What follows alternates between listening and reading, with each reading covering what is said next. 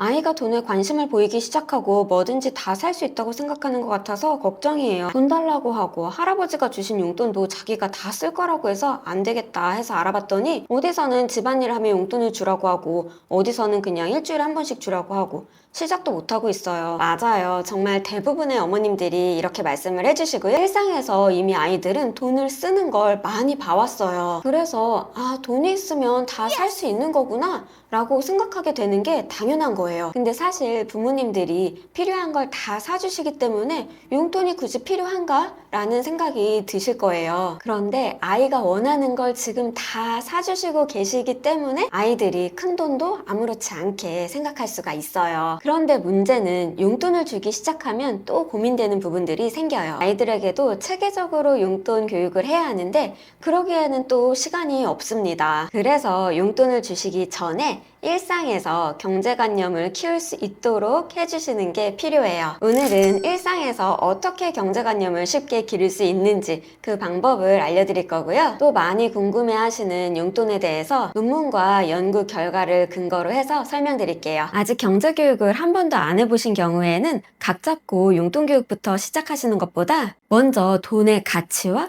물가 개념부터 깨우치게 해주시는 게 좋아요. 이게 어려운 게 아니라 물건을 살 때마다 한 번씩 연습을 시켜보는 거예요. 평상시에 사주시던 간식이 있다면 그것부터 시작해 볼 수 있어요. 그 가격대도 부모님께서 알고 계시잖아요. 저희 아이에게 했던 걸로 예시를 들어드릴게요. 맨 처음에는 1,000원으로 시작했어요. 무인 문구점에서 딱풀을 사게 했는데 우리 물건 살 때 어떻게 하죠? 필요한 물건을 사러 들어가서 내가 가지고 있는 돈 안에서 살 수 있는지 가격을 확인하죠? 딱풀 가격이 800원이었고 1,000원보다 작으니까 살 수 있다는 걸 알았어요. 그 다음에는 킨더조이 하나에 비싼데 아무렇지도 않게 먹는 것 같아서 물론 건강에도 좋지 않고요. 2,000원을 주고 편의점에서 직접 사보게 했어요. 신이 나서 킨더조이 칸에 가더니 가격을 보고 정말 2,000원으로 못 사네 하더라고요. 다시 M&M 봉지 초콜릿 칸으로 가서 2,000원인 걸 보고 이건 살 수 있다고 좋아하면서 샀어요.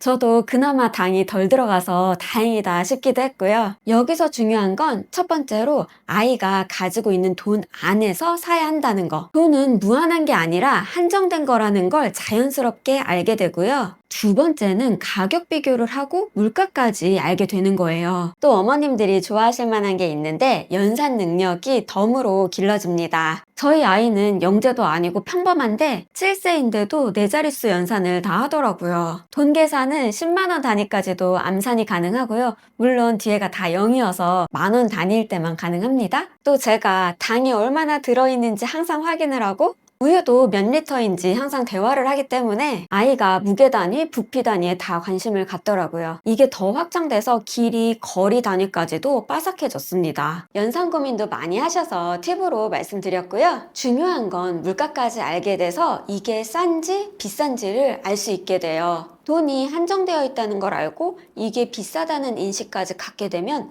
돈을 함부로 대하지 않겠죠. 자, 그럼 이제 이렇게 연습을 하다가 실제로 용돈을 주기 시작해야 되는데 앞에 부모님 실제 고민처럼 어디서는 집안일을 하면 용돈을 주라고 하고 어디서는 그냥 일주일에 한 번씩 공짜로 돈을 주라고 하고 어떻게 해야 하는지 헷갈리실 거예요. 제가 근거를 가지고 기준을 딱 정해 드릴게요. 먼저 무상 용돈만 주는 건 불리하다는 입장입니다. 금융이해력 연구의 대가인 루이스 만델이 미국 고등학생 대상으로 전국조사를 했는데 금융이해력이 가장 낮았던 그룹은 조건 없이 용돈만 받은 아이들이었습니다. 돈을 직접 벌어보거나 노동과 연결해서 받았던 아이들은 비슷하게 높았고요. 만델의 해석도 중요한데 용돈의 가치는 부모와 자녀의 상호작용에서 나온다고 했어요. 용돈만 그냥 띡 주고 끝나는 게 아니라는 이야기고요. 집안일 대가로 용돈을 주는 경우에는 부모가 일의 완수 여부를 확인하고 피드백을 주는 과정 자체가 교육이 된다고 했어요. 보조 근거로 2019년 미시간대 연구에서는 용돈을 스스로 벌어서 받아본 아이들이 이후에 강한 직업윤리와 재정적 책임감을 가질 가능성이 더 높았다는 보고가 있습니다. 이번에는 집안일을 대가로 용돈을 주는 건 위험하다는 입장입니다. 막스 플랑크 연구소의 유명한 실험인데요. 생후 20개월이 된 아이들에게 남을 도와준 대가로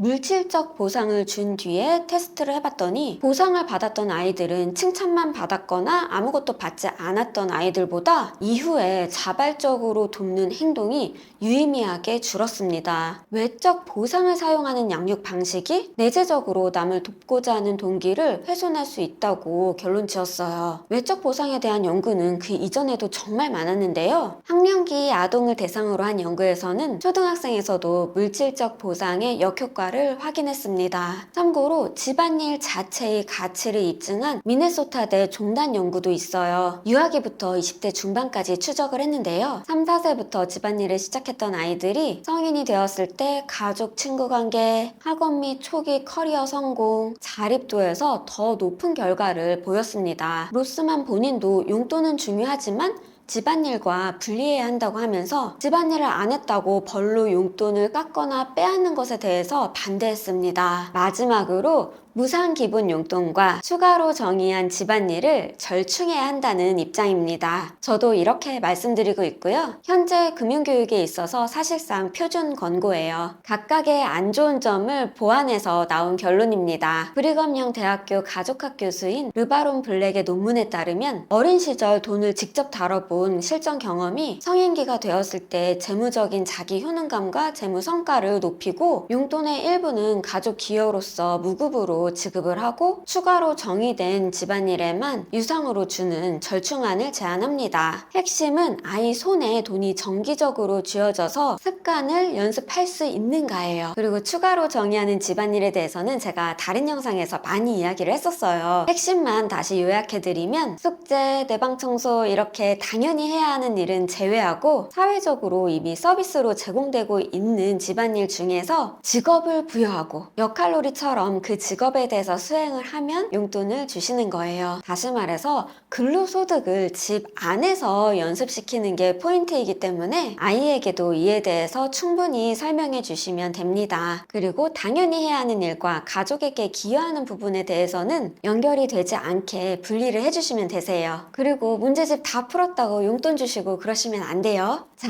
이제 정리해 드릴게요. 오늘 기억할 기준은 딱 3가지입니다. 첫째, 용돈은 반반으로 설계하세요. 절반은 조건 없이 주는 무상지급, 나머지 절반은 추가로 정의한 집안일로 버는 용돈. 예를 들어 일주일에 용돈이 10,000원이라면 5,000원은 무상지급, 5,000원은 추가로 정의한 집안일로 버는 용돈 해서 합해서 일주일에 10,000원을 정기적으로 주시는 거예요. 두 번째, 당연히 해야 하는 일에는 용돈과 절대 연결하지 말아주세요. 직업처럼 역할을 부여할 수 있는 집안일로 설정을 해주세요. 세 번째, 정해진 요일에 정기적으로 주세요. 초등학교 저학년까지는 일주일에 한 번 주시는 게 좋습니다. 오늘 한번 가까운 편의점에서 아이에게 1,000원이든 5,000원이든 돈을 줘보시고 그 안에서 실제로 물건을 사보게 해보세요. 시작이 반입니다. 차츰 연습해 보시다가 실제 용돈 교육까지 이어지게 해주시고요. 앞으로도 현실적으로 도움이 되실 만한 경제교육 방법들을 계속 알려드릴 테니까요. 구독과 좋아요 잊지 마시고요. 매주 수요일마다 리코미 레터도 게시물로 발행하고 있어요. 알람 설정도 해주세요. 초등학교 저학년과 고학년 2가지 버전으로 문해력 경제신문 워크지를 무료로 제공해드리고 있습니다. 그럼 다음 영상에서 만나요. 감사합니다.